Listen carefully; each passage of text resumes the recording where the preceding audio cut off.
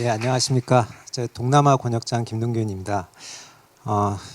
지금 굉장히 장시간 동안 지속되었는데 아직까지도 이렇게 자리를 지켜주셔서 감사합니다. 저희 오늘은 최근에 중국에서 많은 업체들이 동남아, 특히 베트남을 중심으로 해서 많은 업체들이 베트남으로 생산 기지를 이전하고 있는데 이에 따라서 어떤 물류 리스크가 있고 어떤 대응 방안이 있는지에 대해서 말씀드리도록 하겠습니다. 그러면 먼저 동남아 물류 권역에 대해서 소개를 드리겠습니다. 동남아 물류 권역은 동남아 7개국 8개 물류법인 3개 조인트 벤처를 운영하고 있습니다. 그리고 잘 알려지지는 않았지만 삼성 SDS는 매출 기준으로 봤을 때 베트남에서 가장 큰 물류사입니다. 저희 그 삼성그룹은 애플이나 구글 같은 경쟁사에 비해서 중국에서 먼저 빠져나와서 베트남에서 상대적으로 굉장히 오랫동안 그리고 큰 규모의 오퍼레이션을 해왔습니다. 그래서 특히 베트남과 태국에서는 저희가 상당히 큰 규모의 그런 물류 운영을 하고 있습니다. 잘 아시다시피 최근 북미 무역 마찰 등으로 인해서 많은 기업들이 베트남을 중심으로 한 동남아로 이전을 하고 있습니다. 베트남은 크게 몇 가지 생산 기지로서의 장점을 갖고 있습니다. 첫 번째로는 아무래도 중국에서 많은 그 부품사들이 아직까지는 남중국에 위치해 있기 때문에 그 남중국과의 거리를 고려했을 때 현실적으로 유일한 그런 보더 트러킹이 가능한 지역입니다. 그리고 두 번째로는 많은 분들이 이제 생산을 멕시코에서도 해보시고 다른 동남아 지역이나 유럽에서 해보시면 가장 그래도 그 작업자들의 스킬이 빨리 올라오고 그 생산성이 높은 그런 지역입니다. 그리고 정부의 혜택이나 상대적으로 인프라스트럭처도 우수한 편입니다. 그런데도 불구하고 베트남에서 생산을 하는 과정에서 많은 물류 리스크들이 발생을 합니다. 예를 들어서 수입 통관 차질로 인해서 생산 계획에 차질이 생긴다든지, 그 다음에 수책 관리가 굉장히 복잡하고 어려운데 이에 따른 많게는 수백억 대의 페널티가 부과되는 경우도 있고, 그리고 최근에 많은 이슈가 되고 있는 해사 운송 지연으로 인해서 차후 생산과 혹은 판매에 직접적인 타격을 줍니다. 그리고 재고 데이터가 굉장히 느슨하기 때문에, 그러니까 인식이나 이런 여러 가지 이유로 인해서 많이 좀 뒤처져 있기 때문에 오더 매니지먼트가 잘 안 되고, 그리고 품질 문제나 심하게는 브랜드 이미지에까지 타격을 받는 그런 일들이 발생을 하고 있습니다. 이러한 물류 리스크가 발생하는 주요 원인은 크게 보면 선진화되지 못한 동남아의 물류 환경, 그리고 로컬에 대한 이해 부족이라고 볼 수 있겠습니다. 먼저 시스템에 대한 부분을 말씀을 드리면 이게 전체적으로 보면 글로벌한 상황이기도 하지만 특히 동남아에 많이 있는 굉장히 심각한 이슈라고 생각이 됩니다.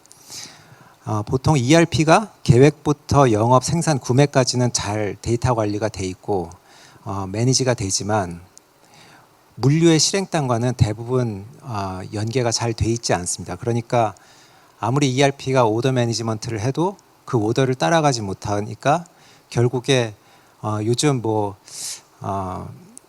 동남아에서 K컬처가 굉장히 각광을 받고 있고 이에 따른 수혜 산업들도 있는데 이런 오더 매니지먼트가 깨지니까 결국에는 여태까지는 물류는 그냥 대충 하면 되는 건 줄 알았는데 이런 것 때문에 지속 발전에 굉장히 발목을 잡히는 이런 경우들이 발생을 하고 있습니다. 그리고 통관 규정이 굉장히 복잡하고, 그리고 그 표현이 모호하고, 그리고 결정적으로 계속 바뀝니다. 그래서 이런 부분들을 인지하지 못하고 있다가 상당히 곤란을 겪는 경우들이 많이 있습니다. 그리고 베트남에 있는 직원들이 아직까지는 데이터나 프로세스에 대한 인식이 많이 뒤처져 있습니다. 그래서 이런 부분들 때문에 불필요한 낭비 요소들이 많이 발생을 하고 나중에 그것이 쌓이다 보면 에이징이나 이런 이슈들이 심각하게 발생을 하게 됩니다. 저희 삼성 SDS의 물류 전략은 특히 동남아에서는 이러한 열악한 환경을 극복하고자 저희가 갖고 있는 자체 첼로 시스템과 그리고 저희가 20년 동안 베트남에서 여러 가지 일들을 겪으면서 쌓은 현지화된 전문가 집단을 기반으로 이러한 물류 리스크를 효과적으로 제거하고자 합니다. 그러면 베트남 물류에 어떤 리스크가 있고 어떤 대응 방안들이 있는지에 대해서 말씀을 드리도록 하겠습니다. 첫 번째는 설비 수입에 대한 리스크입니다. 설비를 이전할 경우에 중고 설비 수입 법령이 말씀드렸듯이 굉장히 복잡한데 이에 대한 이해가 부족하다든지 그 다음에 사전에 면세 신청에 대한 그 다큐멘테이션이 잘못된다든지 그리고 설비를 포장하거나 그 다음에 운송 중에 진동 등으로 인해서 데미지가 발생을 하게 되면 이런 부분들은 전부 고객 화주의 비용으로 전환되고 그리고 공장 가동에 심하게는 일정 차질을 빚게 됩니다. 그리고 통관에 대해서는 세관원들이 법령을 주관적으로 해석을 할 수가 있고 그리고 사전에 준비가 미흡해서 막상 열었는데 서류와 실물이 불일치한다든지 그 다음에 이러한 부분들에 계속 이제 문제가 생기면서 관계법령을 세관원들이 다소 악의적으로 적용을 해서 어떤 UTM을 노린다든지 UTM이라고 이제 저희는 그 베트남에서 흔히 쓰는 말이고 실제 공식 용어이기도 합니다. 언더 더 테이블 머니라고 해서 그게 인보이스에도 UTM이라고 찍히는 경우가 있습니다. 그런데 그런 뇌물을 노린다든지 하는 이슈들이 발생을 합니다. 그렇게 되면 심하게는 세관 블랙리스트에 등재돼서 나중에 수출 업무 자체에 상당히 오랜 기간 동안 비효율을 발생을 시킬 수가 있습니다. 그래서 이에 대한 대응 방안으로서는 첫 번째로는 저희 삼성이 갖고 있는 베트남 내 대관 협력 관계가 있겠습니다. 저희 삼성그룹은 지난 20년 동안 베트남에 약 200억 불을 투자를 해왔습니다. 그리고 지금까지 운영을 하면서 각종 그 세관 총국이라든지 과학기술부, 관세청 등과 지속적으로 교류를 맺어오고 있어서 이러한 부분들의 릴레이션을 활용을 해서 베트남에서 유사한 어려움들을 겪고 있는 업체들의 그 통로 역할을 해드릴 수 있겠습니다. 그리고 설비 수입, 통관 이런 부분에 대한 레귤레이션이 계속해서 변경이 되기 때문에 이제까지는 저희 삼성도 그 베트남 현지 법인에 이 법령들을 계속 업데이트하는 전담 직원들이 있습니다. 그래서 그 직원들이 하는 일은 계속해서 그 세관 웹사이트를 들어가서 관계 법령의 변화를 업데이트하는 것입니다. 그런데 이제 최근에 AI나 강화학습 같은 러닝 프로그램이 있기 때문에 이런 부분들을 활용해서 이제는 좀 더 시스템적으로 놓치지 않고 이런 것들을 효율적으로 그 업데이트해 나가고자 합니다. 그리고 설비 수입이 굉장히 그 복잡합니다. 그 프로세스를 보면 검수부터 해서 해체, 포장 그리고 끝에 가서는 해체, 설치, 사후 관리까지 굉장히 여러 가지 업무들이 연관이 되고 그래서 이러한 설비 수입에 있어서는 한 개의 업체가 처음부터 끝까지 책임을 지고 턴키 수행하는 것이 또 하나의 중요한 대응 방안이 되겠습니다. 그리고 또 하나의 가장 큰 리스크 중에 하나는 수책 리스크입니다. 그 수책은 아마 중국에서 운영을 하셨던 분들은 익숙한 부분이실 텐데요. 수책이라는 것은 관세 면제 혜택을 받은 자재 수요와 그리고 수출 완제품을 생산하는데 소요된 자재 소요량이 일치를 해야 됩니다. 왜냐하면 그 수입 자재에 대해서는 수출을 하겠다는 그 조건으로 면세가 된 것이기 때문에 업체가 신고한 수입의 소요량이 세관이 계산한 재고와 일치하지 않으면 이제 그 차이가 크게 되면 굉장히 큰 벌금이 부과됩니다. 근데 이 업무가 어려운 이유가 수입 그 생산 과정에 있어서 봄이 계속 아시다시피 변경이 되고, 그리고 수율도 계속 변경이 되고, 그리고 파트 넘버가 새로 업데이트되거나 바뀌거나 하는 이런 일들이 끊임없이 일어납니다. 그래서 누군가가 수책을 아주 면밀히 관리를 하지 않으면 세관에서 BOM으로 본인들이 계산하는 자재의 소요는 굉장히 디스크리펀시가 발생하기가 쉽습니다. 그리고 오디시 보통 몇 년 동안은 안 나오다가 한 2, 3년 후에 나오기 때문에 그동안 이 부분을 인지하지 못하다가 점점점 디스크리펀시가 쌓이면 아주 큰 기업들의 경우는 100억 단위 이상의 그런 벌금이 부과되는 것도 2차례 이상 본 적이 있습니다. 그래서 근데 이 부분에 저희가 그 문제를 해결하는 방법은 근본적으로 이 차이가 발생하지 않게 하는 겁니다. 그래서 시스템으로 자재 소유량을 정확히 계산하고, 그리고 베트남에서 갖고 있는 베트남 세관에서 갖고 있는 정보를 EDI로 불러와서 그 디스크리펀스를 계속 어드레스해서 나가고, EDI로 또 세관 신고를 하면서 거기서 발생할 수 있는 휴먼 에러를 방지하는 이런 부분들이 굉장히 중요하다고 보고 있고, 이렇게 해서 근본적으로 이런 수책 문제는 해결을 하는 게 좋다고 보고 있습니다. 그리고 해상 운송 지연에 대한 리스크가 또 상당히 큽니다. 베트남에 생산 공장이 있고, 그리고 큰 기업들 같은 경우 베트남뿐만이 아니라 멕시코나 동유럽 이런 굉장히 그 서플라이 체인의 그 네트워크가 굉장히 복잡해졌습니다. 그런데 잘 아시다시피 코로나 때는 배가 부족해서, 그러니까 스페이스 캐파시티가 부족해서 지연이 발생을 했습니다. 그런데 코로나 끝나고 나니까 이번엔 또 스페이스가 남아서 블랭크 세일링 때문에 또 지연이 발생을 하고, 지금은 홍해 지정 확정 이유로 인해서 리타임이 길어지니까 결과적으로 캐파시티가 줄면서 또 지연이 발생을 하고 있습니다. 그래서 이런 지연을 최소화하는 것이 굉장히 중요하다고 보고 있습니다. 그런데 이 최소화하는 좋은 방안 중에, 현실적인 방안 중에 하나는, 저희가 그 태국하고 베트남에서는 최대 화주라서 대부분의 라우트에서 대부분의 메이저 선사들을 쓰고 있는데,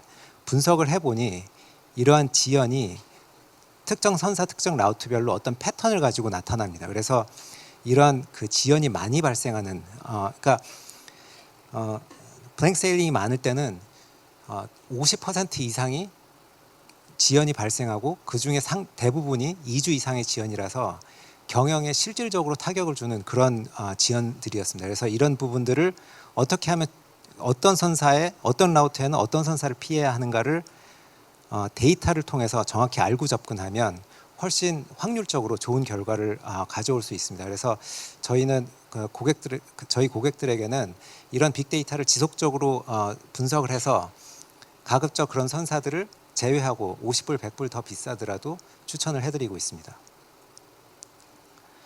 그리고 해상 운송에서 지연이 발생하지 않게 하는 게 중요하지만, 그렇게 할 수 있는 부분은 사실 제한적입니다. 지연은 발생하게 돼 있고, 그러면 지연이 발생했을 때 또 어떻게 대처하느냐가 상당히 중요한 이슈입니다. 그런데 이렇게 지연이 계속 발생할 수 있는 환경에서 물류 업무를 하는 형태가 상당히 이 수동에 많이 의존을 하고 있습니다. 그래서 도착지에서는 보면 보통 물류 부서의 상시 업무가 옆에 이런 프로세스를 거칩니다. 그래서 매일 이메일을 보고, 그 다음에 그러니까 물류 부서가 딱 출근해서, 잘 아시는 분들 있겠지만 하는 일이 이메일 열고 선적 서류 다운로드 받고, 그리고 본인들의 관리 기준인 PO나 DO나 SO를 BL에 매핑하고, 선사 스케줄 확인하고, 그 다음에 엑셀에 스케줄 업데이트하고, 그렇게 해서 도착지 혹은 담당 카운터파트의 이메일로 업데이트하고, 그리고 이메일만 보내면 욕먹으니까 또 시차 기다렸다가 전화 통화하고, 그 다음날 되면 다시 시작하고, 이거를 끊임없이 무한 루프를 돕니다. 근데 이 무한 루프를 돌지 않으면 이 스케줄을 놓쳐서 결국에는 굉장히 큰 판매 차질로 이어질 수가 있습니다. 그런데 저희 첼로스퀘어를 사용하게 되면 이런 프로세스가 전부 생략이 될 수가 있고 정확성 자체도 굉장히 높아질 수가 있습니다. 그리고 제가 보기에는 이런 스케줄 관리만 잘해도 스케줄 관리만 잘하고 이런 정보가 제때 잘 공유만 된다고 하더라도 상당히 큰 발전이라고 생각이 됩니다. 그러니까 AI나 이런 머신러닝까지 가지 않더라도 굉장히 큰 개선이 될 수 있다고 보는데, 여기서 조금 한 걸음 더 나간다면 운송 중 재고에 대한 관리가 있겠습니다. 그래서 운송 중 재고는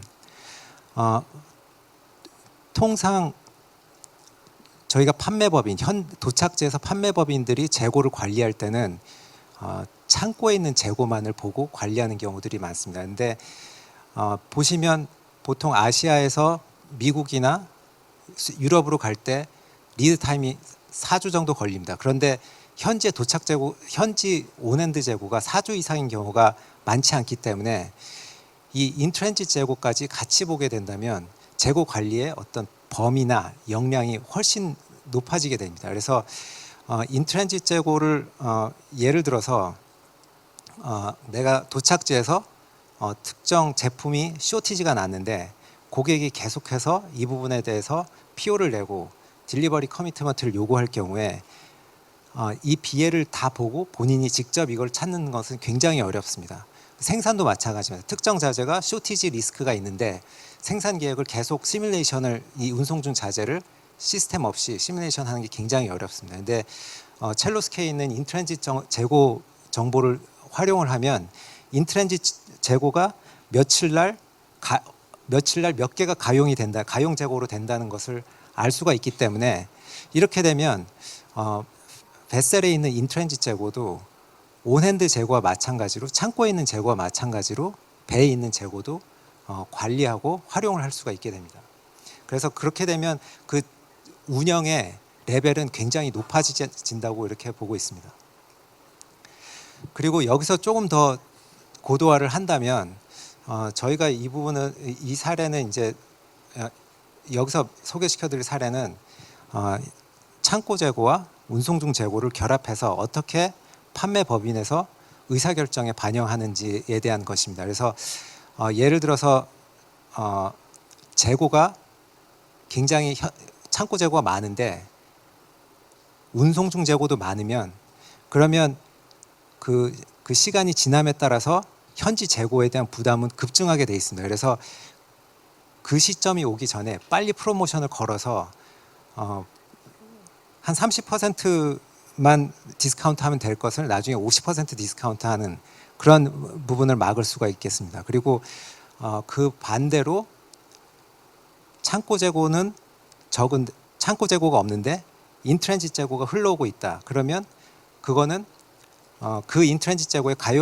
재고로 일별 가용량을 산출해서 고객에게 제공할 수가 있겠습니다. 그리고 온핸드 재고도 많고 인트랜짓 재고도 많으면 그 부분을 생산 계획에 있어서 우선순위를 조절을 하는 것이 필요할 것입니다. 그래서 이런 부분들을 잘 활용을 한다면 판매법인에서 관리의 그 디렉션을 굉장히 명확하게 잡고 나갈 수가 있고, 플래닝에서 굉장히 잘 옵티마이즈를 한다고 해도 이 재고의 흐름은 굉장히 직관적으로 그러한 실질적인 리스크를 관리를 할 수가 있을 것으로 보입니다. 그리고 창고 운영에 대한 리스크입니다. 창고 운영에 대한 리스크는 저희가 베트남에서 실제로 했던 그 부분을 가지고 사례로 말씀을 드리겠습니다. 그 왼쪽에 여기 보이는 그 창고가 베트남에서 가장 큰 리테일 네트워크를 가지고 있는 화주입니다. 그래서 약 3,000개 정도의 그 매장에 배송을 하고 있는데, 그래서 DC 하나에서 하루에 소팅이 한 10만 건 정도가 일어났습니다. 근데 그것을 다 이렇게 손으로 스티커를 붙여가면서 하니까 굉장히 시간도 오래 걸리고, 그러다 보니까 SKU를 소량으로도 만들 수가 없고, 그리고 그날 소팅이 다 안 끝내서 폐기 처분되는 것들이 생기고 실수도 많고, 이런 여러 가지 문제들이 파생돼서 나왔습니다. 그래서 이런 문제들을 근본적으로 해결을 하기 위해서 저희가 물류 인프라와 프로세스 시스템을 전부 바꾸는 그런 혁신을 했습니다. 그래서 첫 번째로 개선시킨 거는 그 오더 매니지먼트하고 파이포 쪽입니다. 그래서 오더 매니지먼트는 사실 굉장히 기본적인 건데 이 부분이 생각보다 쉽지 않습니다. 왜냐하면 ERP 오더하고 실물 재고하고 그렇게 수동으로 관리되는 창고에서는 잘 안 맞는 경우들이 사실 많습니다. 그렇게 되면 오더를 내도 그게 실행이 안 되니까 거래선하고의 관계에 영향이 생기고 그리고 에이징을 특히 식품 쪽은 에이징을 관리를 잘 해야 폐기를 줄이고 품질을 높이고 할 수가 있는데 통상 사람들이 그냥 작업자들이 피킹 오더를 받으면 자기가 그냥 가까운 데서 물건을 피킹해 옵니다. 그러니까 이런 그 정물일치를 정확하게 하려면 PDA와 WMS에 기반한 운영을 해야 되고 FIFO를 하려면 역시 시스템의 익스프레션 데이터와 아이템 넘버와 그 아이템이 로케이션의 위치가 다 기록이 돼 있어야 되고 이것에 의한 피킹 오더가 나와야 됩니다. 그러니까 사실상 시스템 없이 운영을 하는 건 굉장히 어려운데 근데도 불구하고 베트남에서는 뭐 그게 비단 베트남의 이슈만은 아닌데 수동에 의존하는 경우가 많습니다. 그 이유는 시스템을 넣으려고 해도 이 시스템이 사실은 이 인벤토리가 갖고 있는 재고가 그 회사에서 가지고 있는 가장 중요한 자산이지 않습니까? 근데 그런 자산을 관리하는데 로컬의 그런 그 값싼 솔루션을 쓸 수가 없습니다. 그래서 굉장히 프루븐된 그런 솔루션을 써야 되고 그리고 이런 것을 임플리멘테이션을 하려면 전문가들을 데리고 와서 상당 기간 동안 임플리멘테이션하고 안정화를 시켜야 되고 그리고 이런 데 대한 시행착오를 겪어봐야 어떤 부분들이 중요한지를 알 수가 있고 그래서 이런 것들이 초기 투자가 많고 굉장히 좀 베트남에서 선례가 잘 없기 때문에 실행이 잘 안 되는 것 같습니다. 그리고 저희가 조금 더 고도화해서 이제 그 개선한 부분들은 몇 가지가 있는데 생산성 향상을 시키기 위해서 여기 그 안에 60개 정도 소팅 라인이 있는데 그날 소팅을 10만 개의 소팅을 제때 끝내려면 각 소팅 라인에서 제때 소팅이 프로그레스가 되고 있는지를 디테일하게 알아야 합니다. 왜냐하면 한 개 소팅 라인이 만약에 딜레이가 되면 그게 전체의 바틀렉이 될 수가 있기 때문에 이 부분을 미리 인지하고 리소스를 추가 투입해서 조정하는 것이 굉장히 중요합니다. 아무리 그 스킬이 좋은 플로우 리더라도 이거를 시스템 없이 완벽하게 프로그레스를 알기는 굉장히 어렵습니다. 그리고 저희가 그 다스 장비도 WMS하고 연계해서 투입을 했지만 이렇게 3개월 동안 관리하면서 생산성이 약 3배 정도 향상이 됐습니다. 그리고 에이징 부분은 DC에서 그 화주가 그 당시에 이제 그 중요한 스테이크홀더 중에 구매, 그 다음에 그리고 플래닝, 물류 이렇게 있었는데 구매, 플래닝 모두 그 쇼티지를 없애고 싼 가격에 사는 게 본인들의 KPI입니다. 그러다 보니까 DC의 재고량에 상관없이 굉장히 벌키하게 그 구매를 했었고 그래서 에이징 문제가 굉장히 심각해졌습니다. 그래서 근데 그때 데이터가 없어서 사실 잘 관리가 안 됐었는데 저희가 이제 데이터 기반으로 운영을 하니까 저기서 에이징이 나는 제품들은 저 빨간색으로 하이라이트해서 경영진들하고 구매팀에 전부 뿌리기 시작했습니다. 그랬더니 그때부터 4주 동안에 에이징이 한 60% 정도가 줄었고 그리고 또 한국 기업도 최근에 이런 프로젝트를 했는데 거기서도 마찬가지로 우연의 일치인지는 모르겠지만 4주 만에 한 60% 정도 에이징이 줄었습니다. 근데 사실 식품업계에서는 에이징이 모든 악의 근원입니다. 그래서 에이징이 생기면 품질 문제, 슈링키지 문제, 뭐 여러 가지 그 비용과 그 브랜드에 대한 문제들이 발생을 하기 때문에 굉장히 중요한 이슈입니다. 그리고 이거는 또 다른 고객에 적용한 사례인데 그 오더 매니지먼트 상에서 그런 이슈들이 있었습니다. ERP에는 분명히 재고가 있는데 DC마다 보면 자꾸 쇼티지라고 한다.